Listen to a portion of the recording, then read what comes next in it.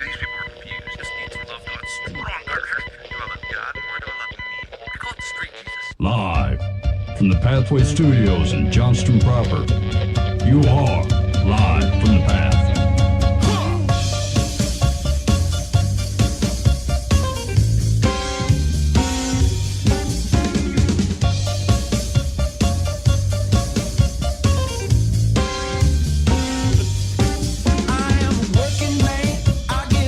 And you're listening to Live from the Path. We're coming to you from the Pathway Studios here in Johnston proper. Mike, what are you laughing at? I'm just watching the opening of the show, and I'm like, where are all these people? It's got credits of these like full-time guys here. Like, I haven't seen these dudes in years.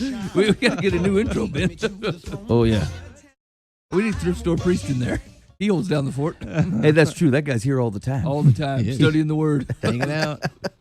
All right, you're listening Live from the Path. Thanks for joining us here on this balmy Monday evening.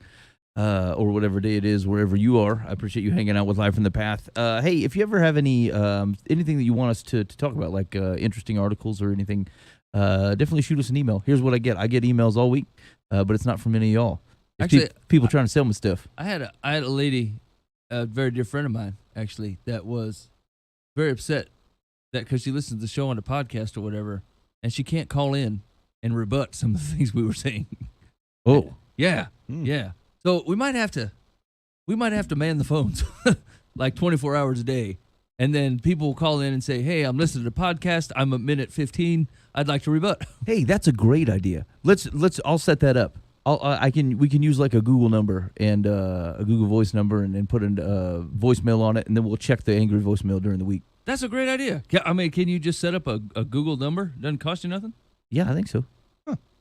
Excellent. Okay, good. This is a great idea. I love being rebutted. Yeah. Okay, good. So Yeah. we're gonna set up the look Live from the Path. You completely missed it on this conversation. Yeah. There's And no. that way you can still make the call while you're driving and listen to the podcast, because you don't want to type out a full length email for that thing. Well, then we can mock them the next week. Yeah, Well, yeah. no, What if Listen to they're this. wrong? They're ridiculous. Yeah, I suppose we'd have to rebut again, and it'd be a long rebuttal. Like it would take a week or more, depending on if we run the show. And then a couple weeks would go by, and they'll be like, "Oh, that was your rebuttal? Well, I'm calling the voicemail again." Is that a counter rebuttal? That's kind of redundant. Unless they're right, and then it would take at least 2 weeks to get an apology out of us because everything is delayed. That's how they used to do it, though. Like when people would correspond arguments with each other in the 1840s or whatever, they'd send via post. It's going to take a while to get there. We'll call. I mean, you don't want to call it a complaint line, but like it's a something. It's Yeah. a phone into Live from the Path, and people get to leave a message and be like, here's what I think. Yeah. Yeah, okay. Have All right. that ready by the next show, Ben. All right, I'm going to see what I can do. Wait, hold on. If we had to choose between a new opening montage or voicemail, what do we want? No, we got to do voicemail. I mean, those dudes might filter in every once in a while. Okay. One of them lives out of state. He might be iffy. Well, here's the deal. We got two extraneous boys on there. I got to give them a chance to say look, I got to redo the montage. Like a final subscription letter. Like, Yeah. listen, we haven't heard from you in X amount of months. I don't know. Would you like to cancel showing up at Live from the Path? Yeah. I mean, I think Dave Herrick's out. You're right. He states away. I mean, I feel it'd be weird to hire a John Buva IV. I mean, No, it would not. does That the- sounds fantastic. I'm gonna say, I think you have something. Does the Buva line end with John Buva III, or No, that get a is a replacement great Buva? idea. Yeah, actually, you know what was weird? I was driving in today, and I thought, realistically, I don't know whether Buva's come back to show. The man just got busy with some stuff. But like I thought, hey, boy, he just kind of faded away. Like we should bring some finality if the man's leaving, and like, should we do a goodbye show to Buva? yeah, Like with past clips? we can weep and go over his greatest hits. Yeah, I mean, I haven't gnashed my teeth in a while. Now's Yeah. the time. Yeah. This is a great idea. Okay. All right. So we need the complaint line and then Buva's greatest hits on cue for the We'll need departure of potato Buva. salad. Yeah. Yeah. Oh, yeah. Yeah. And some. Gross, Dan. You better buy that from the store. I will. Yeah, Okay. yeah. Yeah, you don't want me making that. Okay. Yeah. Good. We're set up. Now that we've taken care of business, hey everybody, welcome back to Live from the Path. Here's what you hear. I'm gonna ask you a question. Okay. When's the last time you did a devotional? No, I've never done one. Dan?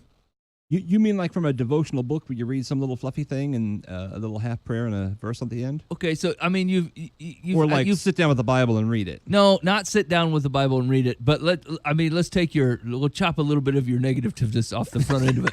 And let's say it was a good one that you thought was clarifying. Wait, have you ever read a good devotional? No. Okay. Have you read I've tried. Our I've tried. Daily Bread? Is that the one they give Is out? it the Daily Bread? The Daily Bread. Yeah, I've read some of them. Is that all right? Sometimes when we make fun of people taking verses out of context and making posters and T-shirts, a lot of them come from those. That's actually why I don't use them either. Plus, frankly, I don't read my Bible as much as I feel like I could, and so to fork it over to the devotional, I always feel like I should probably just read the thing because they're just not designed in such a way to like give you something of substance and like, hey, this is what this really means. It's usually like, yeah, you can fly like an eagle. Come on, let's go. Actually, so I should have stated this at the beginning. I'm reading a devotional. I think they're great. Yeah. Tell us more, Eagle Man. So one of the ththings that they were talking about, and it takes something completely out of context and then painted it with this big brush, and I was super irritated with it. Yep. But what I was having, it was to solve a different problem. I was having a hard time. I thought, what's the whole thing about a devotion that I'm missing? The content really wasn't as important to me as devoting the time, as like setting the time apart and saying, this is holy set apart time, and I'm going to do it, dang it. And if I need some kind of cheesy whatever to get me focused and say, look, here's what I'm going to do, then that's what I'm going to do. And so I started reading this devotional, and so far it's real folksy. We'll put it that way. It's a folksy devotional. Okay. And so anyway, like one of the points that they were making is that they had said that the Pharisees had said something, and then Jesus, knowing their thoughts, said, something. I can't. It was like from Matthew 4 or something. And so what they did is they extrapolated the word knowing, went to the Greek, and said one of the possibilities for knowing, for the definition of knowing, is to see. With your own eyes. And so then they further extrapolated that, see, Jesus physically sees all of your thoughts. He knows what you're doing. And I thought, you've really taken some unrealistic liberties here, right? Like you picked one of the possible definitions. You could have just said he knows them. He doesn't have to physically take them in. Like he watches them like a movie. For them to be there or not, And I thought, why? And then they revealed why. It's because the daily attempt was to control your thoughts.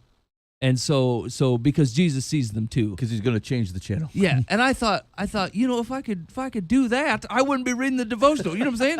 Like, my mouth I can control some of the time. My thoughts are wild, and so it's the reason that you sit down and devote this time to God is an attempt to change your heart, and your heart feeds your brain feeds your mouth, and then good things come out. From the good part, the well cometh out. And that's the way that's supposed to work, right? But like if I could handle that on my own, I wouldn't be reading the devotional. I'd just change myself from being a jerk, and then we'd be done. And I thought, man, you've really missed it here. You've set an unrealistic bar for somebody where they're like, if I just try super hard, I'm going to nail this thing. I'm like, not going to happen. You're just going to be disappointed, hate yourself, and then hate God for not helping you. And that's where you're going to end up. I run into that with my wife will every once in a while say, hey man, why don't you do X, Y, and Z, right? Like you never do this. And like my only reasonable defense is, and this is the truth, is like it never even occurred to me, babe. I mean, and she says, why doesn't it occur to you? It should occur to you. And I said, I totally agree. I do not know how to get things to occur to me. Without writing stuff down and putting like notes everywhere. And so this isn't the example anymore because I've learned my lesson from this. But she'll be like, "Hey man, you walk by down the hallway and maybe there's some folded laundry. You should take your laundry and put it away." And I said, "Boy, I mean I'm right on with you. It's a great idea." I do that, then you won't. That's yes. There we go. Why would I take that from you? You love this, obviously. You live to serve, and so like realistically, it does things like that. Like they don't always occur to me. And like I don't know how to defend myself because like I don't seem to have any control over what pops into your mind. Yeah, so because from your wife's perspective, it occurs to her, and right, and so she looks like that. You look at the pile of laundry, go, oh, my wife will get it, and then roll past. That's right. Where your brain actually looked at the laundry, considered it not important at all, and then just moved on without you even having a second thought on whether you should pick it up or not. That's right. Like I might look at the pile of laundry and like it will occur to her to put it away. It will occur to me to think, sweet, red shirt's clean, and move on. And like it wasn't intentionally attempting to skip whatever this is. It just legitimately did not occur to me, and I don't ever know how to fix it. I don't know how to keep because my mind. I feel like my mind. I don't have control over my own mind to like remember things. Because like I look at think about it. This happened at work once. We were trying to figure out something, and I figured out how to fix it. And they're like, "Boy, that's a great idea. Good job, Ben." And I thought, I didn't really do anything. I just stared at this desk for like 20 minutes until something popped in. And then when it popped in, I recognized that it would solve the problem. I said, yes, I will say this out loud. But like, I didn't put any skill or effort into it. It just showed up. And I feel like for the same reason I can't take, credit for that, I also shouldn't, be on the receiving end for leaving the laundry in the hallway. Is that wrong? Well, I mean, do you say the same thing to people that like are perpetually late? Like that's just kind of their thing. When they're supposed to be at work 5 minutes from now and it's a 10-minute drive, it doesn't instill any type of panic or anxiety in them. They just go, well, cutting it tight today, and then continue at a regular pace. So kind of, although see, this is where there's a difference. There's a distinction between like something that just does not happen, doesn't occur to you, and that you have to take steps so that it is something that your mind will focus on. But like, I'm familiar with folks who are constantly late, and like in the face of someone saying, hey, we gonna be late, and they still don't have a react. Like there's a difference between it not occurring to you that you're running out of time and then having that thought and then refusing to acknowledge or do anything about it. I feel like those are two different things. Yeah, but I mean, the statement you made before that one was like something that you could that you should be attuned to, and you have to take steps to move yourself in that direction. Why does the laundry not count that? It does. So that's what I said for like, I can't remember what this is. It wasn't the laundry. It was something. And I said, hey, if you could help me out, like I'll try to put up things to remind me. And then if I miss it, like if you will remind me, I'll be glad to do it. It's not occurring to me. And the rebuttal from my wife was, I shouldn't have to remind you. You should just think of it. And I said, shoot, we're back to square one again. Yeah. I can't fix my own life. No, you can't. But that's what I should do is like you have to make a list or make a sign or just do something that reminds you to do things, and then your mind will. The reason my wife thinks of it is because she does it all the time, and so if I start doing it, then you will start to remember it. So like you put those things in your life, it will start to work. But I think it's getting there that is the rough part for me. That's a tough ethereal question. One that's happened to all fellas. Why didn't you think of this? Yeah, I want to think of it. Yeah, but I mean, it happens to the girls too. I mean, how do I be delicate about this?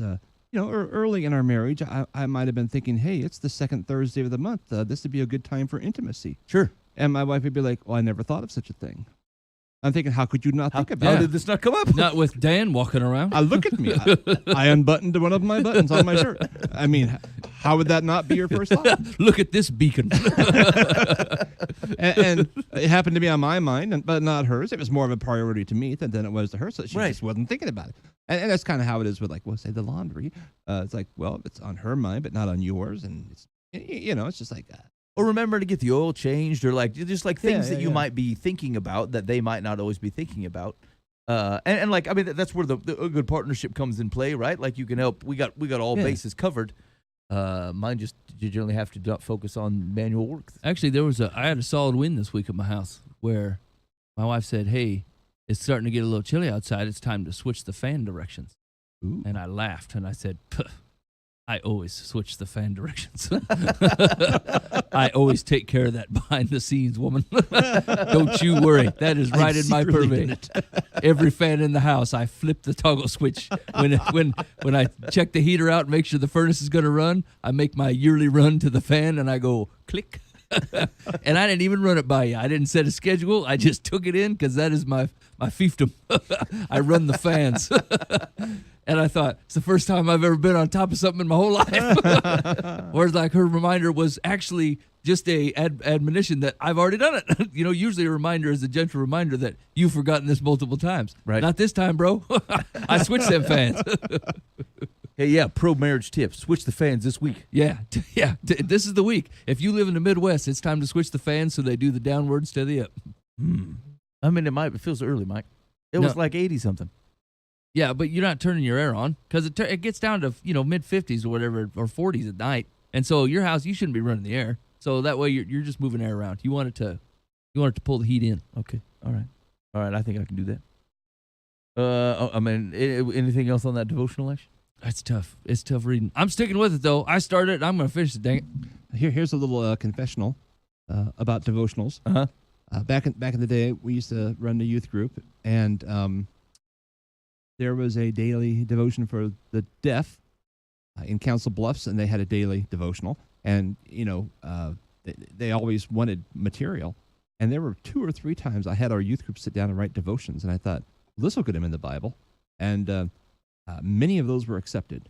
And I'm thinking, as I look back, I think I doubt they were, extremely deep. Right. And they kind of also told us not to go too deep because it was for the deaf, so that there's vocabulary issues and so forth. Right. So I thought this is perfect then. High schoolers can do this then, but I don't know how many of them are mature enough spiritually to have something to say worthwhile. So they probably did the "Hey, you're an equal" thing, and so Boy, they got printed. People read them all over the country. I gotta say, there's a couple of 12 there's two 12-year-olds this week that blew me away with their insight. One little girl says, now answer me this: why is it that God doesn't need us, but He wants us so desperately, but we need God and we tend not to want Him? And I'm like, what the heck? Where did that come from? Yeah, that is the deal, isn't it? Yes. Shoot. Yes. I thought, man, that's really something to ponder. And then I felt bad about it and figured I could just wheel myself into straightening it out. And then I read my devotional, and it says I can. All right, thanks. Just checking in with Devotional Eagle Mike. Yeah, but I'm gonna read more. We'll see about this.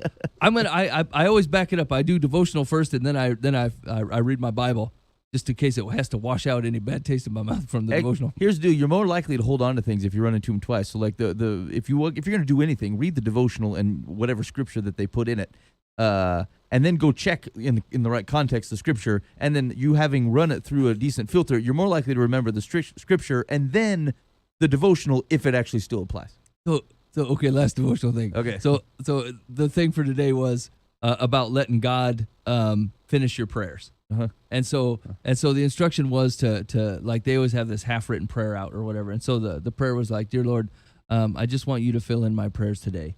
I'll wait." and then like 3 dots, and then you're just supposed to sit there and hang out. I'm like, oh man, okay. And so I waited and I waited and I thought and I waited and I thought I should wait deeper. I should have a deeper wait, a more spiritually connected wait. And so, like, I don't know what I did. I continued to sit where I was sitting, and I'm like, I don't know how people do this. That was written by a good Quaker. And then 2 minutes in, I'm like, okay, here's the deal, Lord. Here's what I was going to pray about. And then maybe you just, sail in with some stuff, I thought, man, I couldn't feel any more less spiritual than I do right now. It was terrible. I think there's something powerful about being able to kind of sit patiently. And kind of be in the presence of God, but like you ain't even read the devotion and you say I'm doing it wrong. Yeah. No. Judgy McJudgerson. I'm actually affirming that I feel like there's something valuable to that, but like it is it takes some getting used to. I think you just don't do it. I think it takes like your mind is so used to moving and talking and stuff. I think you don't know when to stop listening. Yeah, right. Like, is that it? Yeah, did I do it? Because like even the patiently waiting is like an event of which you kind of clock in and clock out of. Yeah, and you evaluate whether it worked or not, and like that's actually not the point of any of that. Yeah, and like if you've had any experience reading the Bible at all, God's patience spans decades. Yeah. I mean, he's like, that's not the time. Keep waiting. Yeah, okay. So like the 3 minutes you set aside it's laughable. That's a laughable amount of time where God's like, yeah, you're going to have a son. Really? I'm like 98. Are you sure? Oh, yes, coming. You just hang tight. Quit getting all giddy up on me. I told you the boy's coming. Yeah, okay. Yeah, there'll be one like Moses to follow. Yeah. Just wait. a leader of men. Really? Your Yes. grandpa's grandpa will have 2 more kids, and then you'll know it. Yeah, I told you it's coming from the line of David. What else do you want to know? There was a Harvard study about kids raised in church, and it investigated the health and mental health of children and teenagers who were raised with religious or spiritual practices. This is going to be vague and unhelpful. What were you talking about anyway? Those who attended religious services at least once a week as children or teens were about 18% more likely to report being happier in their 20s than those who never attended services. They're almost 30% more likely to do volunteer work and 33% less likely to use drugs in their 20s. What about their 30s, man? Yeah, it doesn't say what they... They really fought off, huh? In addition, people who prayed and meditated individually on a daily basis had more life satisfaction, were better able to process emotions, and were more forgiving.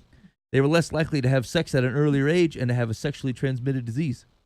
The Forbes article reporting on the study concludes some of the fundamental habits that humans have been doing for eons, praying, meditating, might actually have a lot more value than we tend to think. Why would you think they don't have value, dummy at Forbes? Like, I don't... Am I missing the assumption? That, like, people thought, hey, man, praying probably garbage, don't do anything. Well, if there is no God and it's a waste of time and religious is a crush and all that. Crutch. Yeah, but I mean, if you don't believe in God, then it is, isn't it? I mean, isn't that a big old circle? Like, if you can't say that prayer has value if the prayer is not landing on a God that you believe in. Yeah, right. they're looking at the discipline of prayer as opposed to the fact that you're praying actually to a living Yeah, being. right. Yeah. Yeah, Like that's- your ability to sit on a couch and go, okay. That's true. Even like Eastern meditation is centered around a thought of something that is bigger than you. And so either way, it's a submission to a world that says, like, I'm not the king of the world. Something is beyond me. But Dan, you're right. Like, they've the way they talk about it talks as if, like, if you just introduce this practice into your life, not the actual submission to a higher. Yeah, it's a Power authority. scientific study, not an actual faith assessment. Yeah, interesting. All this stuff. Well, that's a really big article, Ben. Yeah, so like the first 3 paragraphs or so are about a Harvard study, and then there's an example about Gideon, and then there's addressing the questions, why doesn't God work today as he did in the Bible? God works in ways we don't see. God works where he's expected. God works where we join him. Who needs to be there, Benjamin, today? That sounds like a devotional. It sounds like Henry Blackaby. Yeah, so, but like the rest of this article looks like he just kind of tacked on a personal blog to the From Charles Spurgeon. That was Spurgeon answering all the questions. Yeah, but no, there's just a quote from Spurgeon here. But I just don't understand. I don't understand the relevance of the back half of the article. It doesn't matter. I think the guy drafted a blog. They took that part of it, and then they just didn't mention the rest of what he's talking about, which is basically what is God up to. Has that man written a devotional? Hold on, let me check. Does everybody write one? Adapted from Dr. Jim Dennison's daily cultural commentary at DennisonForum.org. He did it. He did a secular devotional. Good for him. What is a secular devotional other than news? That is indeed an everyday thing that you check and devote time to and energy and thoughts. Honestly, I've always kind of wanted to write a devotional that actually was meaningful to people. Oh, It just seems like it'd take a lot of time.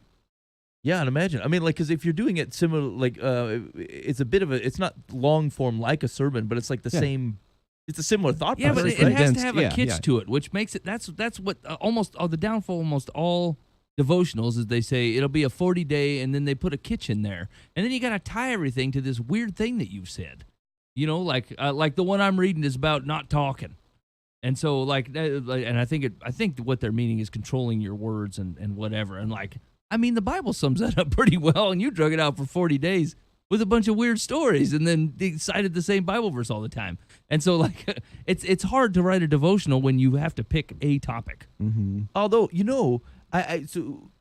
this is not creative at all. But I bet we could produce a legit devotional, which contains you're right. So for example, let's say I'm going to do a section on your words, right?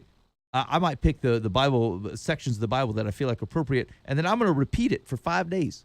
I'm going to put the same thing on page 3 of that section as I did on page 1. Because reminder, this is what we're working on. Pray about this. Yeah. Like, I don't need to give you something new to think about. We still thinking about this particular item right here.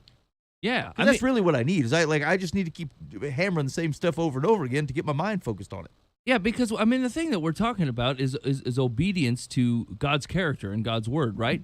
And so like, if you haven't nailed that thing, then you're probably still working on it. Yeah. So take anything that Jesus said and just pick one and go, am I doing this? No. Well, today I'm going to do it. And then tomorrow you check in again. Did I nail it? No, I didn't. I'm going to keep rocking this then until I get it done. Yeah. You know, I mean, there's a broad breadth of work to look through, and you just we hop from one to the other. You know, we're like, Yeah. now that I got this money thing straightened out, I guess I'm going to do this. And guess what comes knocking a couple months later?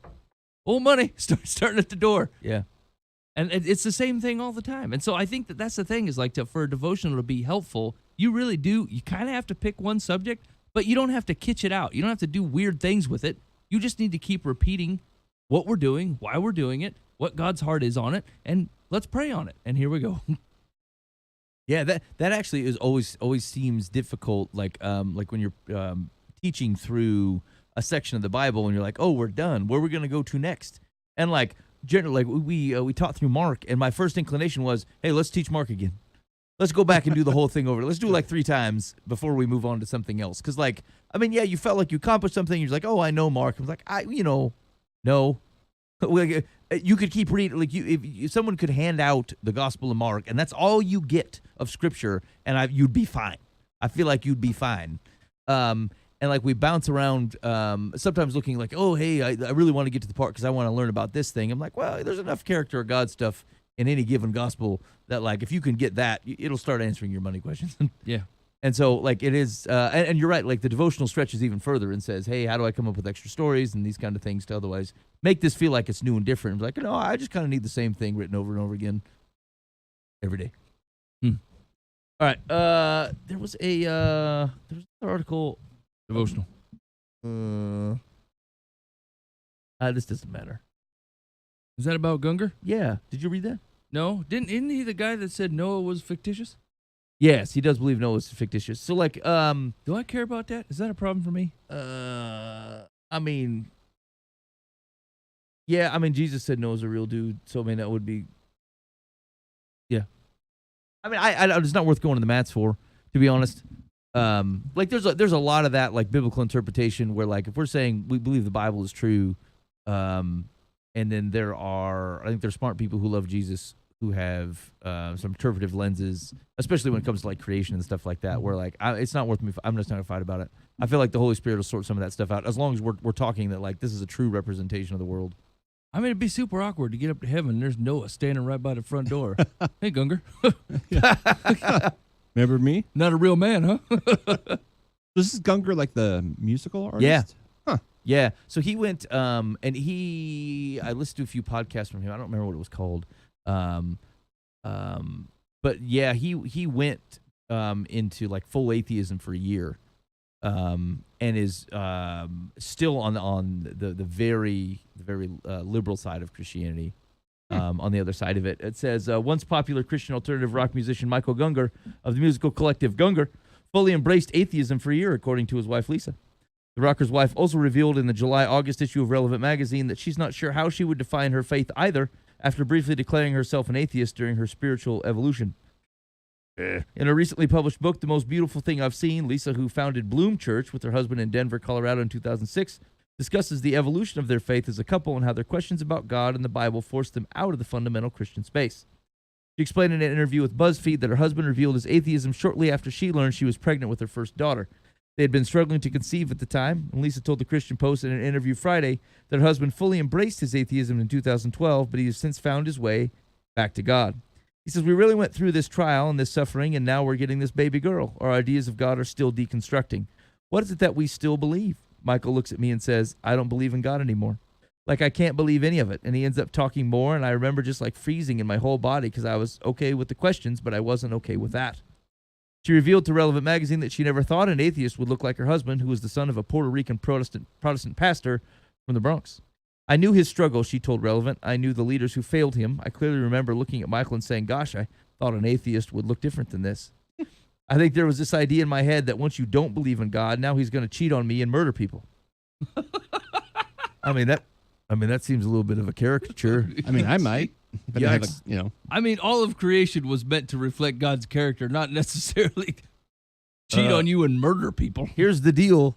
I mean, I feel like David believed in God and also cheated on people and murdered folks. Yeah. So I mean, Bummer. it's just a weird set of criteria. Yeah. All right. And he say, what is he gonna do? Have sex with everyone? And I was like, wow, he's still a great father. He's committed to me. His moral compass didn't break and disintegrate. The Gungers, who married young, tried to get everything right as Christians. No premarital sex, no drinking, no cussing. After working at a megachurch in Michigan together, they later began to change their perspective and no longer felt comfortable there. We all have this perspective on who is in and who is out. For Michael and I, that began to change slowly. You have to conform, and if you have doubts, you're a dangerous person. I mean, that's just not the Bible. Yeah. No, it's not. After many years in the church, Lisa realized later, after a visit to the concentration camps in Europe, that her perspective on faith had always been a transaction. If I'm good enough, or if I pray enough, or if I believe enough, then I get blessings, and I get a baby or a good life. That's not how life is. Also not how Scripture reads. In 2014, Gungor rattled the Christian community when he revealed that he and Lisa, who are the faces of the musical collective, don't literally believe in stories from the Bible on topics such as creation, including Adam and Eve, and the flood, challenging Orthodox Christian doctrine. The revelation drew the ire of many Christian fundamentalists who made Gungor songs like Dry Bones and Beautiful Things worship anthems. Those are great tunes, both of them. Yeah, they are. Lisa told Relevant that she once completely lost her faith during her period of questioning when one of her cousins was diagnosed with cancer, and her family prayed and declared the cousin had been healed. And so I get this call one day, and my cousin is healed, she said, noting that she was visiting Auschwitz, the infamous concentration camp in Poland, at the time she got the call. And everyone's rejoicing and saying, praise God, crying. And I want to do that and have that feeling because I miss that. I miss that rejoicing. God has broken into the world and decided to heal someone, she said. Later on, however, Lisa got another phone call from another family member who said her cousin had not been exactly healed. Well, they said, he's partially healed. What the heck? I lost my mind, she said. Like, what does that mean? Agreed. I went on a finely worded rant all in my head and with Michael. I was like, this is garbage. This whole idea is garbage. I said, don't believe any of this. I'm an atheist. I mean... Now, hold on. Almost every point that you've brought up is a failure of people on some level. On all levels. People have created this thing that God didn't say he was going to do, or created this clique that God didn't create, or created this boundary system, or things about whatever, no cussing or you're out. I mean, like, these are all things that God did not create, enforce, or shove people in boxes with. And then you're like, someone called and lied to you. A person called to you and said, hey, your cousin has been miraculously healed by God. And then another dude called and said, well, that didn't happen. The first man's a liar. That's it. That's the thing you're mad at. Right, God's not a liar. Man A is a liar. Man A told a lie. Right. This is tough to hear.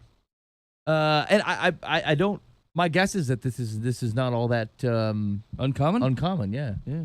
Again, you set up an expect. I mean, that's this goes back to our the devotional commentary. Like, there's things that we shouldn't, like, we need to know more. Like, we need to have full perspectives on things, full stories, right? So, like, that we don't take one portion of something and run with it and then say God did not meet my expectations when your expectations were outlandish, or like they weren't principled in the truth that has been revealed to us. And it's not that we don't have access to it. We simply just grabbed pieces of things and said, I believe this will happen at all times, and we took them out of the places where they belonged, and we threw them into other areas, and then we got pissed that God was not acting in that way, when, like, it wasn't the reality to begin with. And like, that is, like, there's a danger in being only a recipient of people talking to you and not taking some level of responsibility of reading things yourself and running things by Scripture and saying, hey, the guy's totally healed. And I think to myself, totally possible, sounds fantastic. And they said, oh, he was only partially healed. I say, well, I mean, that seems totally realistic and also fantastic, and not surprised. Yeah. And Ted wasn't healed at all. Yeah, I understand that. Doesn't happen to everybody. Right? Like, these things are, they're not going to throw my faith one way or the other, because realistically, I don't see millions of people being healed. I see groups of people and individuals at times, but, like, it's not everybody, and so I'm not surprised, and it doesn't cause me to rethink anything about my faith because I knew better. Yeah. It says, Lisa, whose second daughter has Down syndrome, explained, however, that her atheism lasted for only a day, and she's not quite sure how she defines her faith now.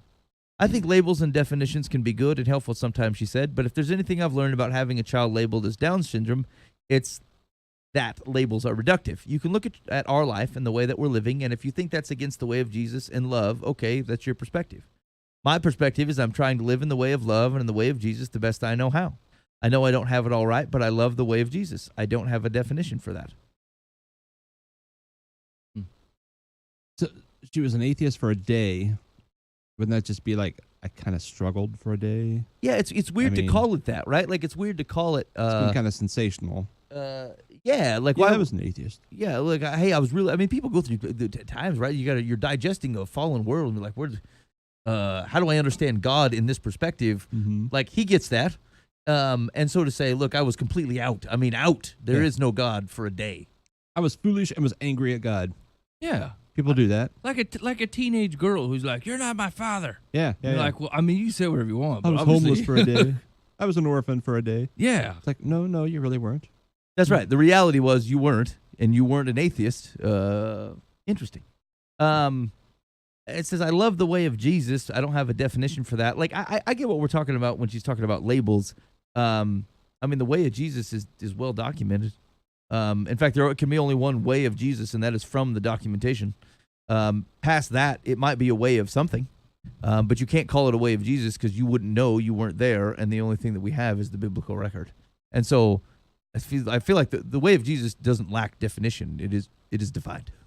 I know. I mean, there's things that happen in our world that didn't happen in his that like require some extrapolation. But like, I think there is a sense on kind of the liberal side of Christianity, like conservative, ultra conservative Christianity does want to put labels on things because it makes their lives easier. They get to call balls and strikes. The more liberal sides of Christianity wants to make things sound greater than they are. Mm-hmm. As if there's kind of an ethereal notion of a Jesus beyond the scriptural record. But like when we move beyond that, we need to at least be honest to saying we're actually not talking about Jesus from a historical perspective anymore. We're talking about some kind of concept of which you want to legitimize, and so you say it is Jesus. That way it doesn't look like you're worshiping yourself or your ideas or whatever it is you think is important above other things. And like that, that's just dishonest. It would be dishonest to me to say I follow Jesus and really say I follow me, but I kind of say I feel like Jesus would do that just so people don't look at me poorly for saying I follow me instead of that's the risk, I guess. So if you're listening to me, liberal Christian, that is the risk of that thought process. You need to at least be honest about what you're doing and be clear that like if you may not actually be following Jesus. If you have to define it like, oh, it feels like Jesus, but like you can't marry it up with anything that we know historically of Jesus himself. Let's see. She further told BuzzFeed that she isn't interested in going back to her former life as a conservative. I don't want what we used to have. We live in a different headspace now. It's a completely different perspective, and the connection I feel with my daughters there is no us versus them. There's no you and I. There's no winners and losers. Part of my dream is that people wouldn't be so scared and afraid. I know a lot of people are still in this very conservative fundamental bubble, and they can be so afraid to break out of that fear of what will happen to their lives, and this happens in any religion, she said. That's it. Boy, I'm a simple man, Ben. I don't know how to. I mean, people say I'm living in a different headspace now, and I'm like, I don't know what that is. I don't even know how to get there or what happens there. I mean, you know, there is something. I think I don't want to say ultra conservatism because I feel like that got a bad rap. Like conserving things that are otherwise true shouldn't have a bad rap. So protecting true things shouldn't have a bad rap. That's goofy.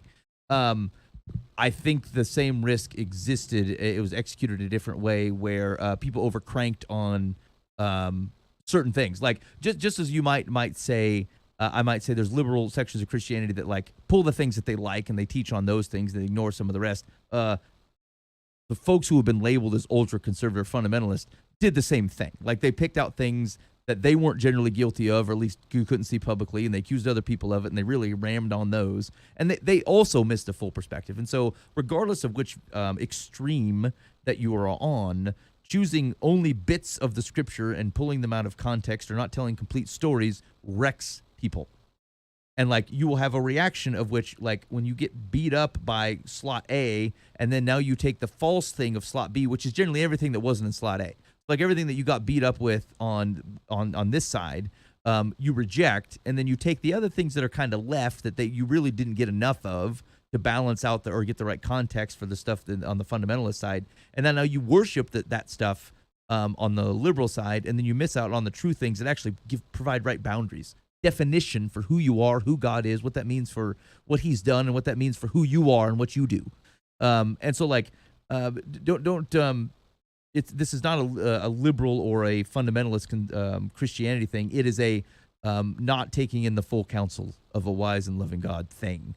And just know that like it doesn't end with their rejection of it. It creates the opposite problem on the other side, which will perpetuate itself and soak up 40 years of somebody's life chasing it back and forth. Man, that's a weird article.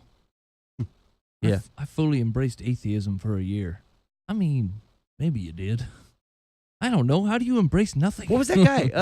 Did we remember the CNN guy, the professor who was like, "Hey, I want to try to be an atheist." Do you remember that guy? No.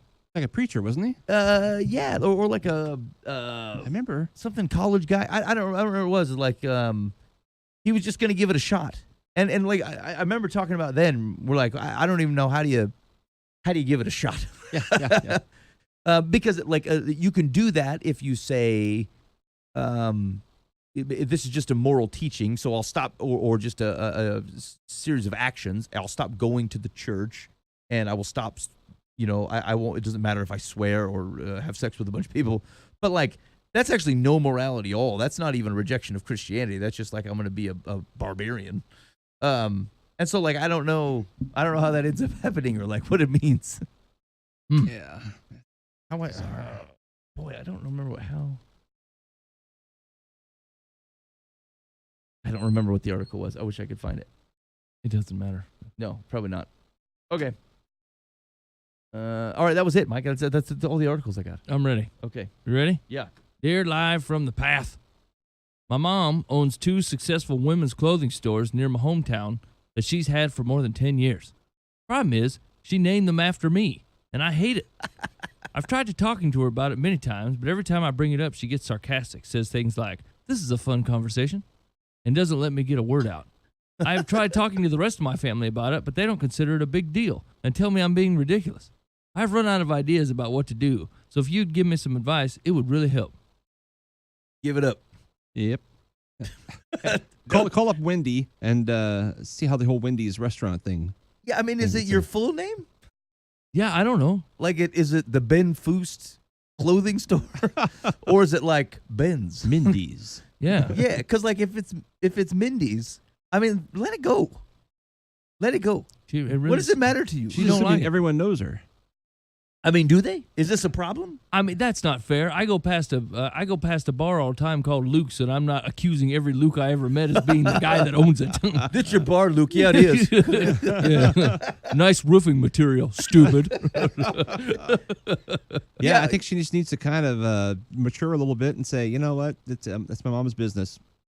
That's what it is. I mean, Well, this is a fun conversation. Yeah, boy. I mean, I don't know how to. You're right. It's not any plainer than you're significantly overreacting, and you need to let it go. And everyone else doesn't care. They simply don't care. It means nothing to them. No. yeah, The rest of your family doesn't care. Your mom doesn't care. What you gonna do? Change your business to what? yeah. The Stu- community doesn't care. They're not thinking higher or lower of her because of that store's name. They may not even know. Yeah. But she really comes off as just an angry 15-year-old girl, that wants to be mad about something. My mom runs her own 2 successful businesses, named them after me. What a terrible decision, you jerk, Ma. Boy, maybe I'll be more. I'll be more gracious to. Maybe I'll run into a guy named Culver and be like, "Sorry, dude. Yeah. I didn't realize this has been so difficult on you." Hey, is your son the Burger King? Yeah. Get over it. Okay, Secular says, many daughters would consider what your mother did to be a compliment. However, because it bothers you so much, consider going by your middle name. And if that doesn't satisfy you and you feel strongly enough about this, go to court and legally change your name to another one you like when you reach adulthood. Seriously though, is it the full name? Marie It Ann. cannot be the full name. I mean, here's the thing. It's like people are not just defined by their first name. They're further defined by their first and last name, and mostly defined by their first name, last name, and whatever story of their life. And so, like, there's like 5 Mike Foose in the country, as far as I know. One of them's a garbage manager man for the Metro Waste in Wisconsin, right? But people know the difference between Mike Foose from Wisconsin and Mike Foose from here because of the different way we lived our life. And so, like, this name of the store is not defining you for who you are. It's not giving away any secrets or bath time photos when you were 3. It's doing nothing. It's literally doing nothing. It's 2 names on top of a sign. Hey, I'm impressed with Secular. Kind of threw it back in her ball, the ball back in her court, though. Hey, if you don't like it that much, change your name. I mean, that's true. Like, quit harassing other people and do. Okay, I mean, that's true. I mean, it's her business. It just seems outrageous. Yeah. Yeah, I changed my name because my mom named a store after me. I showed her. Yeah. Now who's Margaret? Yeah. I'm sticking with it. I should just give it up. You got to give it up. Okay, here's the thing. I feel like if she changes her name, it provides, like, it somehow validates that this is right thought. It's not. And so, like, I don't know. Do you think the mom would be offended? Let me ask you this. Would you be offended if one of your kids changed their name? Yeah. I picked that name out. And be like, I don't I like said it was good. That's how the Lord feels all the time. I said this was good, and you guys are like, no, this is not good. I'm going to do this other thing. I'm going to know this my own way. Yeah. Yeah, boy, I don't know. I don't know, Dan, what do you think? You be upset if one of your girls changed their names? I say no, but probably deep inside I'd be like, hey, what's wrong with that? I thought it was really good. I kind of liked it. What the heck would they pick even? My name is Balloon or Bubbles. I mean, I've always liked Santos. I mean, what do you mean you've always liked it? Oh, man, like, would you, You know what, though? My mom did that. Oh, really? Sure. Okay, Bernice was her name. Her family always called her Bernice. When I was born, she went by Peggy. Really? So there was a whole group of people for like 20 years who only knew her as Peggy. Was that her middle name, or did she? No, it's just some name she liked. I'll go with Peggy. Yeah. Her middle name's Leona. I mean, here's the thing. That is bold. You know, it's not like you have to do it on paper. Like to the government, you're Bernice. But as far as everyone else is concerned, you Peggy. I mean, what's the problem? Yeah, I mean. I'm going to try to get people to call me Santos starting tomorrow. Yeah. That's a cool name. Yeah. You should be Fooster. Santos Fooster. Santos Foosterson. That's a cool name. All right. All right. Here we go. Last one. Dear Live from the Path. I live in a duplex, and my neighbor has a cat. I'll call him Socks. Well, this is That's positive for feline immunodeficiency virus, FIV. I'm a cat lover with a kitty of my own. To prevent the spread of infection, FIV cats are never supposed to be allowed outside, but my neighbor lets Socks come and go as he pleases. Live from the Path, he comes to our house and uses our cat door to access our cat food and water bowl. Oh, man. I know Socks is at times left without food and water, so I'm reluctant to restrict his access to our food. But my cat has picked up respiratory infections because Socks contaminated the bowl. I also have to get my cat tested for FIV during his annual exams at an added cost of $60. My question, would it be fair of me to request that my neighbor pay for some or all of the extra expenses associated with the treatment and testing due to the FIV exposure? I have asked if she could offer Socks my brand of kibble at her house, so he'll be less interested in coming to our house unless he really needs food or water. She refused. I'm not sure if I'm asking too much or if I should expect her to work with me to help offset the cost of her free-roaming FIV-infected cat. Signed, Dude. Oh, I didn't see that coming. Hold on. One of his counter arguments here was, hey, you should switch to kittens and bits like I'm using, so that way your cat won't come over and try to eat my kittens and bits. And then he goes, she refused.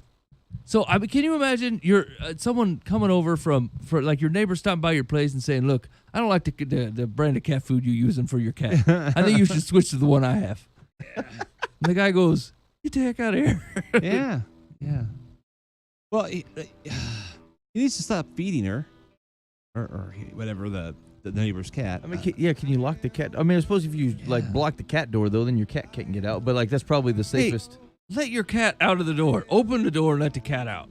I mean, does your cat really have to come and go as he pleases like it's an all-night gelato shop? I mean, open the door. The cats figure it out. They'll stand by the door. You open it, they go out. They come back when they're done. I mean, you put that cat door in for your convenience. Because of your lack of security at your house, then an AIDS cat come into your house and spreads respiratory illness as far as you're concerned. So whatever. Board up the cat door and let your cat out manually, if that's what you're worried about. Yeah, I agree with that. Yeah, that's true. Like, just because you want to live in a house where you can leave the doors unlocked and the windows open all the time doesn't mean that that's actually a viable way to live. Yeah. So I wanna wear a sheer robe and strut by the beach every morning. But I don't live in Morocco. So, I mean, I can give it a shot all I want to, but, like, it's just not going to happen here. Right. So you're living in a false reality, friend. And now, granted, he's going to say, well, I have the right to have a free roaming cat door to let my cat in and out. And that guy has the right to let his infected cat roam the neighborhood. And so you're at a crossroads. You're either going to have to do something practical, or you can battle this weird ethereal question that you're never gonna win. I mean, you could call animal control on a wandering cat if you want. I mean, if you wanted to, you'd be like, "Hey, man, this thing's not staying within its boundaries." It's because like most cities actually don't allow cats just to wander around. Yeah, but we should. They spread the disease, Mike. Not if you don't have a cat door. I ain't got no FIV at my place. I've had a couple pregnant cats. Yeah, that's what I'm saying. All right. Yeah, what was the secular advice? Okay, secular says, under the circumstances, I don't think it's unfair to ask your irresponsible neighbor to cooperate with you on this. On the food thing? Yeah. Good luck on that. Hey, And sharing the medical bills. Yeah, exactly. I can't imagine ain't no neighbor going to take that well. No. Here we go. However, if she wouldn't spring for something as simple as the kibble, don't hold your breath. The solution to your problem is to make Sox's access to your home impossible by securing the cat door. Right on. And if her cat is mingling with the possibly infected other cats in the neighborhood, call animal control and report it. I mean, the last two paragraphs were solid. The first one about trying to some kind of mea culpa with the neighbor on getting cash for the vet visits. I mean, you get a punch in the face. Yeah. Don't you know anybody? Do you have any friends? Have you been out in humanity in the last 10 years? You can't just call up a guy and be like, I think you should split the kibble and medicine bill for my cat because your cat roams over my place. You've lost your mind. All right, you've been listening live from the path. Thank you for hanging out with us this week. We really do appreciate it. I'm going to work on that voicemail so you can harass the show during the week. Yeah. We will see you next time. In the meantime, be faithful. It means God will handle the ends. You've been listening to Live from the Path.